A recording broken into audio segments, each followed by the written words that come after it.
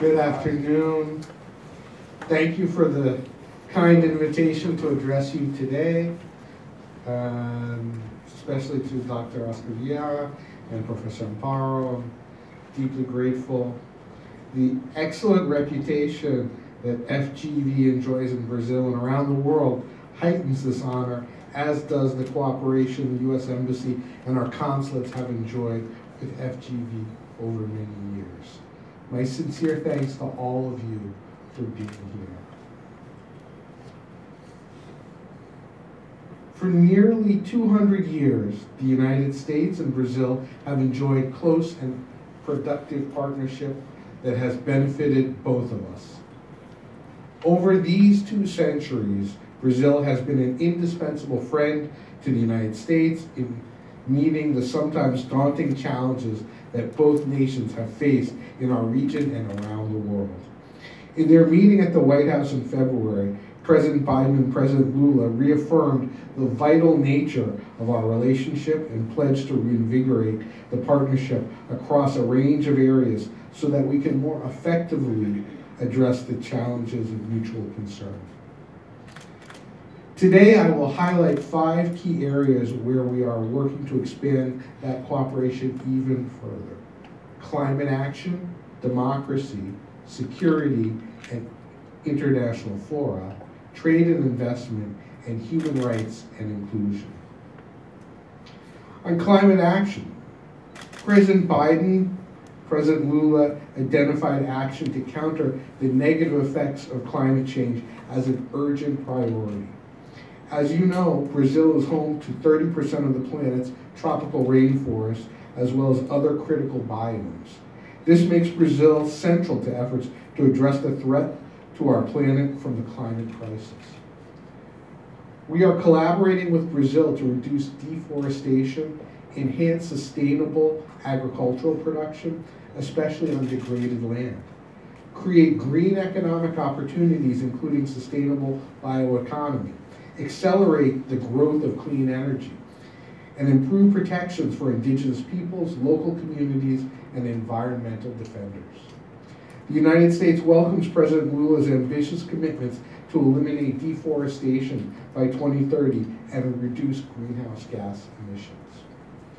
For our part, President Biden announced last month that the United States has mobilized nearly $2 billion in support for climate and forest efforts in Brazil, including a U.S. pledge of $500 million for the Amazon Fund and complementary programs. In addition, we are seeking to leverage private sector and philanthropic support for Brazil's forest conservation and reforestation activities. Our goal is to support Brazil's efforts as it works to conserve its forests and other ecosystems, while at the same time promoting responsible economic growth and creating real livelihood opportunities for its people. Brazil's commitment is good news for the global community as we all work together to keep the temperature rise of our planet below the 1.5 degree Celsius target. On democracy, the United States and Brazil experienced similar troubling events during and after our most recent presidential elections. Both countries experienced a rise in disinformation and witnessed violent attacks on government buildings and institutions. While our democratic institutions and the rule of law prevailed, these episodes underscored that our democracies themselves can come under real threat, and they require our constant vigilance to remain stable and vibrant. In Washington, our presidents recognized this challenge as they pledged to reject extremism and violence in politics. As the 2 largest democracies in our hemisphere, Brazil is an indispensable partner to protect and promote democracy and the rule of law. Together, we will do this by fighting disinformation and rejecting extremists who seek to overturn the results of free and fair elections through violence and other means. Security and international fora. The U.S.-Brazil political-military relationship is at its strongest level in years. We coordinate on mutual and regional security through regular high-level meetings, including the annual Defense Industry Dialogue and a biannual political-military dialogue. We work closely with Brazil in multilateral fora, including the UN Security Council, where Brazil currently serves as an elected member. And in the General Assembly, we appreciated Brazil's vote in February in favor of the UN General Assembly resolution demanding Russia's immediate withdrawal from Ukraine. We also appreciate Brazil's leadership on UN humanitarian issues, peacekeeping operations, and efforts to promote international peace and security. Like all sovereign countries, Brazil pursues its own path and interests. We do not always see eye to eye. But like good friends, we can and do have frank and respectful discussions on areas of disagreement. For example, we recently expressed consternation when in February Brazil hosted 2 Iranian naval vessels despite the Iranian regime's repression of its people, its support for terrorists, and its provision of weapons to Russia. We recognize that Brazil has at times disagreed with our actions as well. These conversations make us both stronger. On trade and investment, expanding two-way trade and investment and developing supply chain resilience are top economic priorities for both our governments. The United States is Brazil's largest foreign investor, and Brazil is a top export market for the United States, reaching some $47 billion in 2021. High-level U.S. visitors have traveled to Brazil recently to explore how we can grow bilateral trade. These include U.S. Trade Representative Ambassador Catherine Tai and Department of State Undersecretary for Economic Growth, Energy and Environment, Jose Fernandez.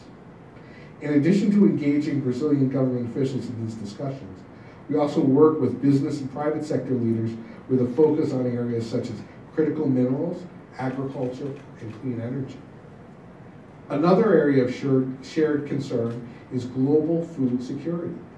As the world's largest agricultural net exporter, Brazil has an important role to play in addressing global food security.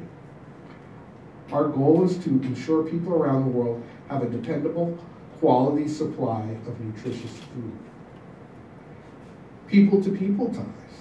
As I highlight key policy issues on which we collaborate, it's important to note here as well the people-to-people ties that underpin our relationship and our ability to deliver results. Many Americans currently live in Brazil, and over the centuries, Brazilian immigrants to the United States have contributed richly to American businesses, culture, sports, and academia. Where I'm from in the United States, in southeastern New England, we have many Brazilian Americans. On educational exchanges, for example, Brazil boasts the 8th largest student population by nationality in the United States. Today, approximately 15,000 Brazilians study at U.S. colleges and universities. The U.S.-Brazil Fulbright Commission each year supports some 150 Brazilian students to study in the United States, and an additional 100 U.S. students who attend Brazil's many fine institutions of higher education. These exchanges enrich the academic discourse and culture of our college campuses and are just one example of the many people-to-people ties that link our countries. As our government-to-government cooperation strengthens, so too will our links through education, business, and tourism. On human rights and inclusion. Presidents Biden and Lula share a deep personal commitment to ensuring that citizens from marginalized groups such as women, people of African descent, indigenous peoples, and LGBTQI+ persons are recognized for their contributions to our societies and that they have equal opportunity to share in the benefits and responsibilities of citizenship. I am particularly pleased to discuss the presence of Professor Amparo, the coordinator for FGV Center for Racial Justice and Law. On the agenda for my visit to Brazil is the revitalization of the U.S.-Brazil Joint Action Plan to eliminate racial and ethnic discrimination and promote equality, or JPER as we abbreviate it. This was another priority that our president set out in their February meeting. Tomorrow, we will convene a joint high-level dialogue which representatives from both governments will develop an agenda for sharing of best practices in both countries to help reduce social barriers for people of African descent and indigenous peoples in both countries. The areas of focus will include access to education, addressing health disparities, reducing violence, and ensuring justice, celebrating culture, and preserving cultural memory. We are very excited by this renewal of JPER. Only when we celebrate all of our citizens, regardless of gender, race, religion, or sexual orientation, can democracy fully deliver on its promises. This is an auspicious time for our bilateral relationship and our common agenda, and we are committed to further strengthening the bonds between the United States and Brazil. As we look forward to marking 200 years of our friendship, we will continue to depend on Brazil's partnership and leadership as we address together the many challenges we face in our hemisphere and around the world. Thank you again for the opportunity to speak with you, and I look forward to your questions and our discussion.